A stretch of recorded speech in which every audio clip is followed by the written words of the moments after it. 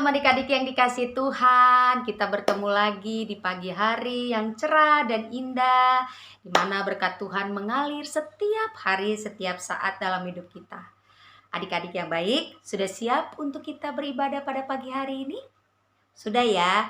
Ayo kita duduk yang manis, kita siap dengar-dengaran buat firman Tuhan, dan kita mau menari, melompat buat pujian untuk Tuhan. Tapi sebelum itu, seperti biasa, yel-yel sekolah minggu. Laskar Kristus, joy, joy, joy, joy, joy, joy, sukacita, sukacita, uy. Apa moto sekolah minggu kita? Aku harus berbuah supaya sampai ke surga. Rajin ke sekolah minggu, rajin baca Alkitab, melakukan firman Tuhan, semangat memuji dan menyembah Tuhan. Oke adik-adik yang baik, sekarang kita berdoa dulu ya. Lipat tangannya, tutup matanya. Tuhan Yesus, selamat pagi kami ucapkan kepadamu. Kami mau beribadah pada pagi hari ini. Tuhan berkati kami, Tuhan sertai kami, sehingga kami boleh melakukan sesuai dengan apa yang Tuhan mau dalam hidup kami. Terpujilah namamu Yesus Kristus. Haleluya. Amin. Ayo adik-adik yang baik, Kak Tiara, sebelum kita bernyanyi, Kak Tiara mau bertanya dulu nih. Kira-kira adik-adik mau pilih jalan yang lebar tapi menuju neraka, atau jalan yang sempit tapi kita bersuka cita karena ada Yesus di dalamnya? Ayo jawab dong. Kalau Kak Tiara pilih jalan yang sempit, walaupun banyak rintangan maupun badai menghadang, tapi bersama Yesus pasti kita bisa. Oke adik-adik, kita angkat pujian. Di dalam dunia ada dua jalan.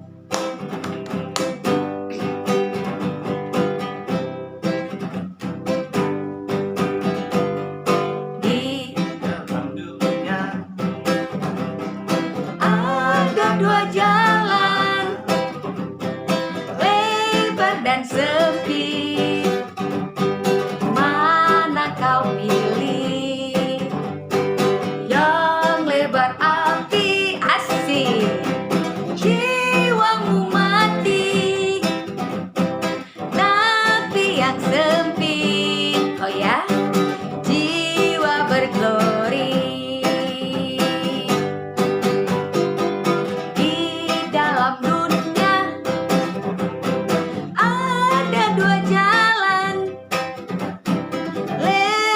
Dan sempit. Ayo adik-adik, mana yang dipilih? Mana kau pilih? Yang lebar api, terbakar dong. Jiwamu mati.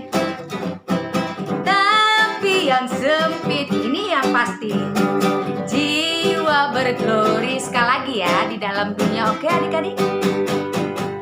Di dalam dunia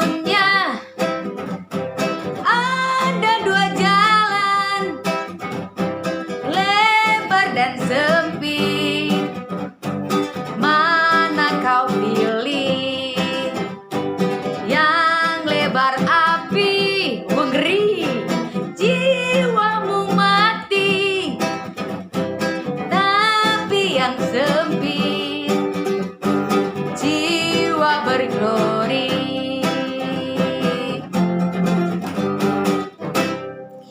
Oke adik-adik, jadi kita harus memilih jalan yang sempit, tapi ada Yesus di dalamnya. Nah, sekarang kita mau menari lagi buat Tuhan. Kita angkat pujian. Lagunya Yesus Jalan Kebenaran.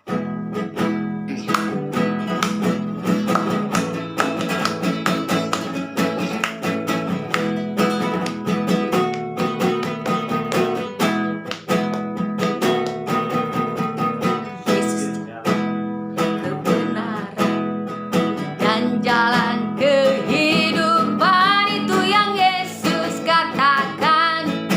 Aku percaya, amin. Di dalam nama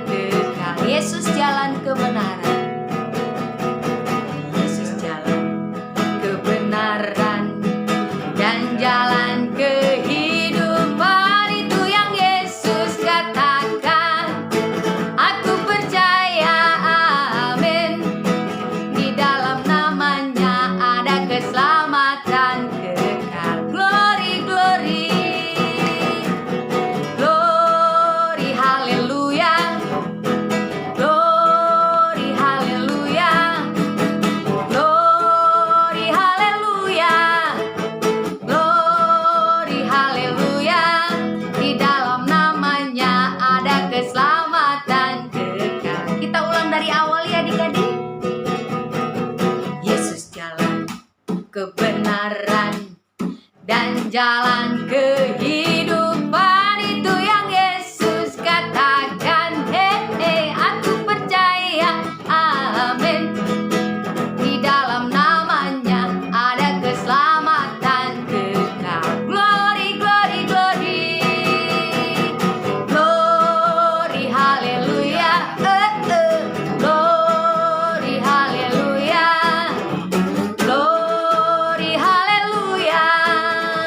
Glory, haleluya. Di dalam namanya ada keselamatan kekal. Glory, glory. Glory, haleluya. Glory, haleluya. Glory, haleluya. Glory, haleluya.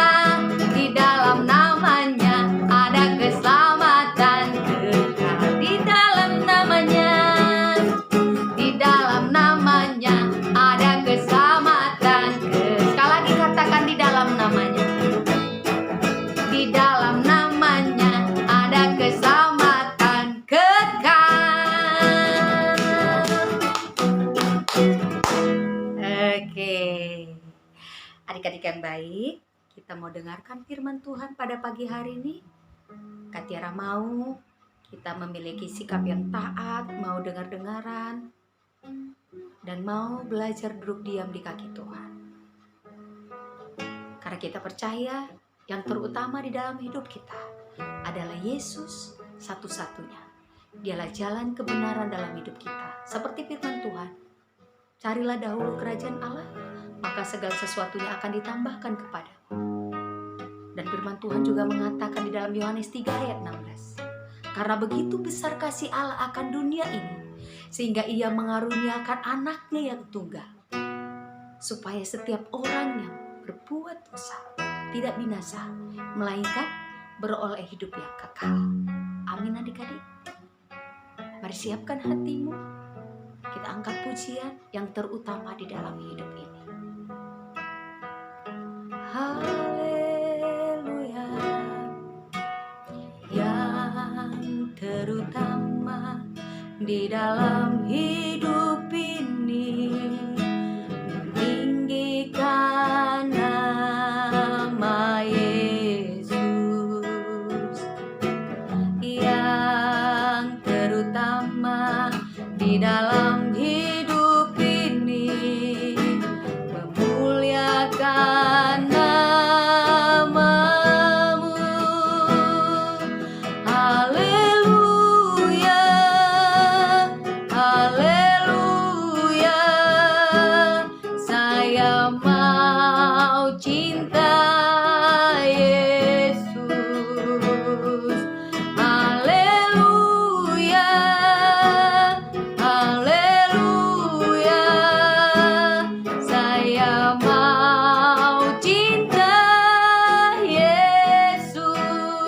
Yang terutama di dalam hidup kami, ya Tuhan.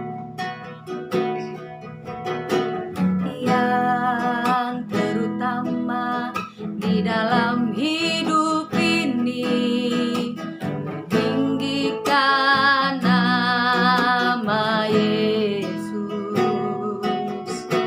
Yang terutama di dalam hidup ini, memuliakan namamu.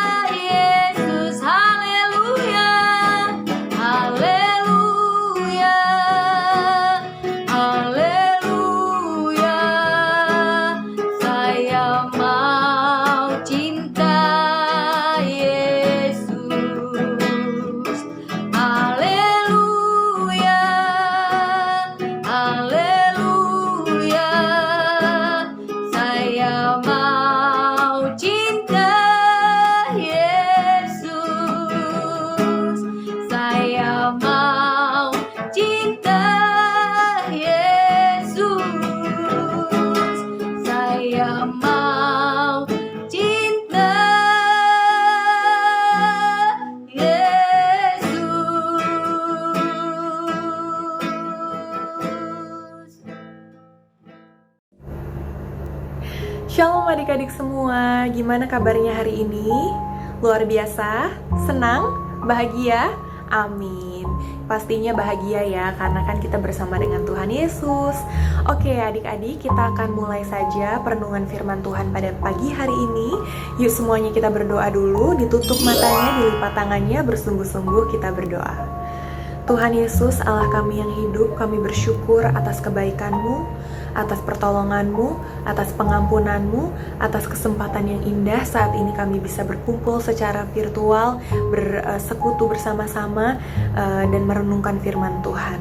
Tuhan Yesus, kiranya firman Tuhan yang kami dengar pagi hari ini bertumbuh subur dalam hidup kami, dan kami bisa menjadi berkat buat orang lain dan senantiasa menyenangkan Engkau oleh karena firman-Mu berkuasa atas hidup kami. Terima kasih Tuhan, dalam nama Tuhan Yesus kami serahkan waktu ini ke dalam tangan-Mu. Kami berdoa, amin.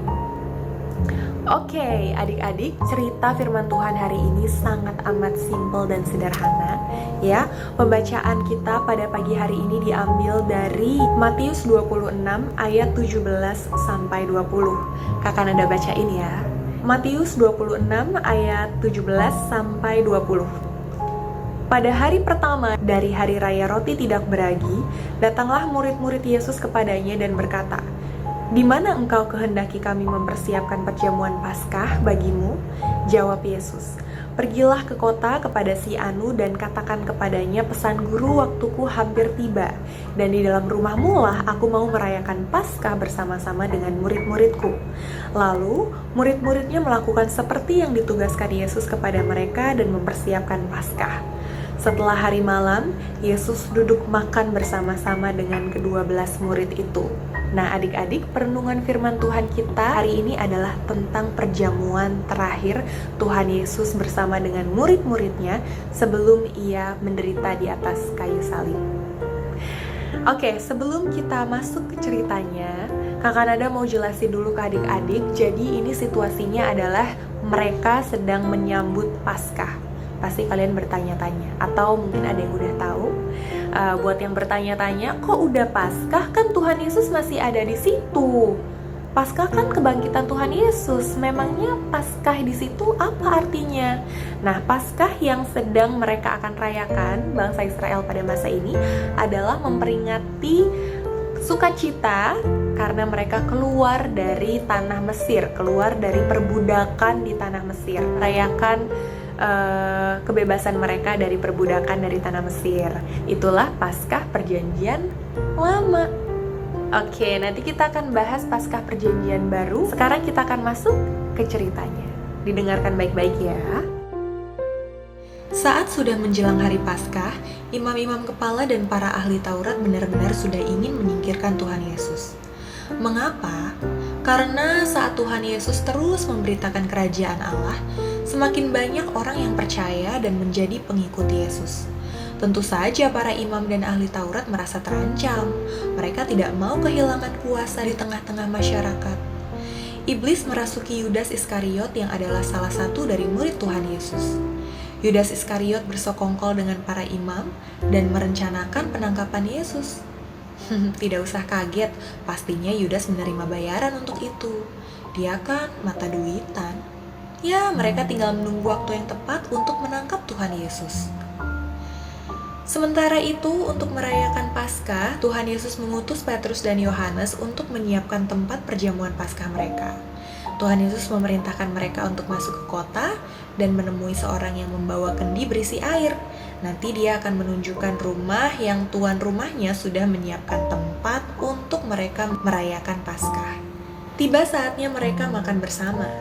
Tuhan Yesus berkata, "Aku sangat senang bisa makan Paskah bersama dengan kalian semua sebelum aku harus menderita." Kemudian Tuhan Yesus mengambil cawan. Ia mengucap syukur dan berkata, "Bagikanlah ini di antara kalian." Tuhan Yesus mengambil roti, mengucap syukur, dan memecah-mecahkannya. Tuhan Yesus berkata, "Inilah tubuhku yang diserahkan bagi kamu. Perbuatlah ini menjadi peringatan akan aku." Setelah makan roti, Tuhan Yesus pun mengambil cawan berisi anggur. Ia berkata, "Cawan ini adalah perjanjian baru oleh darahku yang ditumpahkan bagi kamu."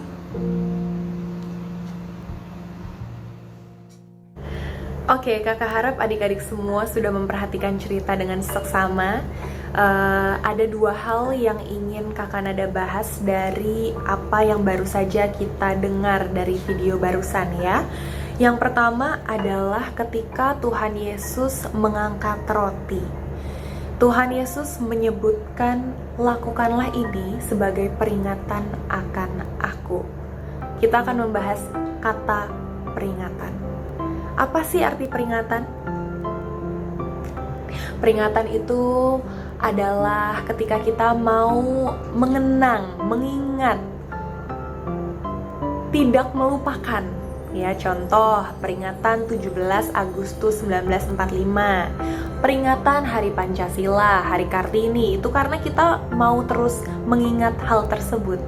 Nah, sekarang bayangkan, hal ini sudah Tuhan ucapkan 2000 tahun yang lalu. Tuhan Yesus perintahkan kepada murid-muridnya untuk mengingat pengorbanannya. Jadi Tuhan Yesus memerintahkan kita semua untuk senantiasa mengingat pengorbanannya. Dan Tuhan Yesus pun memerintahkan di dalam Matius 28 ayat 20 kepada muridnya pada masa itu. Pergilah, jadikanlah semua bangsa muridku. Itu perintah Tuhan. Jadi bayangkan, sejak 2000 tahun yang lalu itu sampai sekarang, firman Tuhan masih terus diberitakan. Pengorbanan Tuhan di atas kayu salib masih terus diperingati. Ini adalah satu hal yang hebat, karena biasanya suatu kisah itu pasti akan tiba masanya akan dilupakan. Akan tiba masanya tidak penting lagi, tidak dibicarakan lagi. Tapi bayangkan adik-adik, pengorbanan Tuhan Yesus 2000 tahun yang lalu hingga sekarang masih dengan gencar diberitakan, masih dengan gencar diperingati, dan kita orang-orang yang percaya senantiasa melakukan perjamuan kudus setiap minggu. Panjang umur banget gak sih? Panjang umur banget gak sih berita ini? Kenapa bisa panjang umur? Karena berita ini punya kuasa. Karena yang diberitakan ini adalah Tuhan Allah semesta yang kekal. Tentu saja berita tentangnya juga kekal. Sampai hari ini, Papa dan Mama adik-adik masih perjamuan kudus. Mungkin adik-adik belum ya, tapi Papa dan Mama masih melakukan perjamuan kudus. Kalau ibadahnya online, siapin teh, siapin biskuit sebagai simbol. Tapi di sini kita belajar bahwa perintah Tuhan Yesus adalah terus memperingati, terus merayakan, terus mensyukuri pengorbanan Tuhan Yesus di atas kayu salib. Jadi, kalau mama papa sedang perjamuan kudus, dan kalau adik-adik nanti suatu saat nanti perjamuan kudus, hormati dan hargai. Tidak boleh main-main dengan perjamuan kudus. Ya, itu adalah perintah Tuhan untuk terus kita laksanakan. Itu poin pertama. Perjamuan kudus adalah perintah Tuhan. Yang kedua adalah ketika Tuhan Yesus mengangkat cawan. Ketika Tuhan Yesus mengangkat cawan, Tuhan Yesus mengatakan, cawan ini adalah perjanjian baru oleh darahku yang ditumpahkan bagi kamu. Kalau ada perjanjian baru, berarti ada perjanjian lama. Kalau ada Paskah perjanjian lama, pasti ada Paskah perjanjian baru dong. Nah, ini dia yang mau kakak Nada sampaikan. Tadi kita sudah bahas di awal bahwa makna Paskah di sini adalah ketika bangsa Israel keluar dari tanah Mesir. Di sini Tuhan Yesus menekankan bahwa cawan yang berisi anggur itu adalah simbol dari perjanjian baru oleh darah Tuhan Yesus. Jadi pengorbanan yang Tuhan Yesus lakukan di atas kayu salib itu membebaskannya, bukan semata-mata dari perbudakan dunia, perbudakan bangsa mana atau penjajahan bangsa mana. Bukan sebatas itu. Tapi pembebasan yang Tuhan lakukan di atas kayu salib adalah pembebasan dari upah dosa, dari akibat dosa, yaitu maut yang kekal. Pembebasan yang Tuhan Yesus lakukan melalui karyanya di atas kayu salib, pengorbanan di atas kayu salib, itu memberikan kehidupan yang kekal buat kita yang tadinya kita enggak punya. Harusnya kita ini mati selamanya, menderita selamanya, masuk ke dalam jurang maut selamanya. Tapi Tuhan Yesus ambil tempat kita, Tuhan Yesus gantikan posisi kita. Tapi hebatnya, hukuman itu yang sudah dipikul Tuhan Yesus kalah sama kuasanya. Kalau kita yang tanggung, ya kita yang kalah, orang kita nggak bisa apa-apa. Tapi ini yang nanggung adalah Tuhan Sang Pencipta sendiri, Tuhan Yesus. Ya kalahlah hukumannya. Hebat nggak? Aduh, Kakak Nada sampai merinding. Jadi perjanjian baru ini, ketika perjamuan kudus dilaksanakan, kita juga mengingat ini adalah perjanjian baru yang membebaskan aku dari perbudakan dosa, dari upah dosa, dari maut yang kekal. Oleh karena itu, Paskah yang kita rayakan sekarang bukan Paskah merayakan bangsa Israel yang keluar dari tanah Mesir. Bukan, beda. Paskah yang kita rayakan sekarang adalah Paskah perjanjian baru, merayakan kebangkitan Tuhan Yesus karena Ia telah menang mengalahkan maut. Tepuk tangan buat Tuhan Yesus. Bangga gak punya Tuhan Yesus? Bangga gak dipilih Tuhan Yesus untuk menjadi anggota kerajaannya? Bangga. Jadi yang kita pelajari hari ini adalah 1. Hormati perjamuan kudus. 2. Kita semua adalah umat yang sudah dibebaskan oleh Tuhan dari hukuman kekal. Amin adik-adik. Kita tutup firman Tuhan hari ini. Tugas dari Kakak Nada